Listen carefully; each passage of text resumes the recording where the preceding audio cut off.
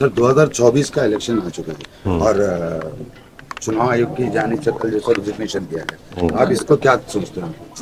नहीं, बड़ा ताज्जुब है, ताज्जुब खेज वाक़या है, बड़ा ही शॉकिंग है कि इलेक्शन कमीशन ऑफ इंडिया अपना शेड्यूल जारी करने वाला है 13 तारीख के बाद कभी भी, और उससे चंद दिन पहले इलेक्शन कमिश्नर साहब गोयल साहब अपना इस्तीफ़ा पेश करते हैं।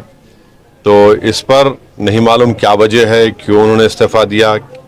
और हमने मजलिस ने शुरू में ही हमने पार्लियामेंट में जब बिल लाया गया था चीफ इलेक्शन कमिश्नर के अपॉइंटमेंट का और इलेक्शन कमिश्नर का अपॉइंटमेंट का, मैंने खुलकर कहा था कि ये गलत तरीके से सुप्रीम कोर्ट के एक फैसले के खिलाफ जाकर हुकूमत चीफ इलेक्शन कमिश्नर और इलेक्शन कमिश्नर को अपॉइंट कर रही है। यानी एक तो प्राइम मिनिस्टर होंगे उसमें, और दूसरी कमेटी के मेंबर होंगे एक मिनिस्टर, और तीसरे जो है लीडर ऑफ अपोजिशन होंगे।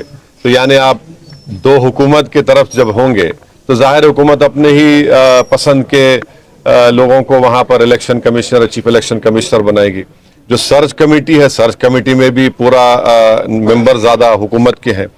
तो ये बड़ा ही गलत कानून उन्होंने पास किया है। मोदी हुकूमत ने चीफ इलेक्शन कमिश्नर और इलेक्शन कमिश्नर का अपॉइंटमेंट जो किया जा रहा है, जो सुप्रीम कोर्ट के हालिया फैसले के खिलाफ है।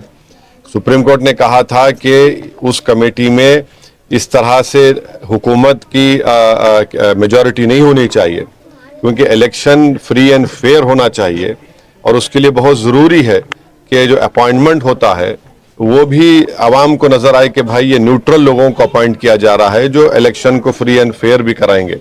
तो खैर मोदी हुकूमत अपने गुरूर और तकब्बुर की हमेशा मज़ाहरे करती आ रही है, और उनके पास 300 MP हैं, तो वो समझ रहे हैं कि वो सुप्रीम कोर्ट के फैसले के खिलाफ जाएंगे, मनमानी करेंगे। तो ये जो कानून पास किया गलत है।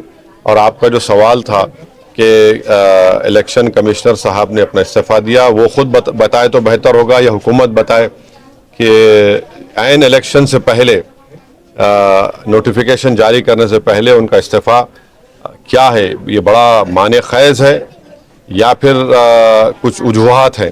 हुकूमत को चाहिए कि वो बताएं क्या वजह है। और फिर अब आ गया कि हुकूमत एक इलेक्शन से नोटिफिकेशन से पहले अब आप वो 2 इलेक्शन कमिश्नरों को अपॉइंट करेंगे। तो ये चीज़ें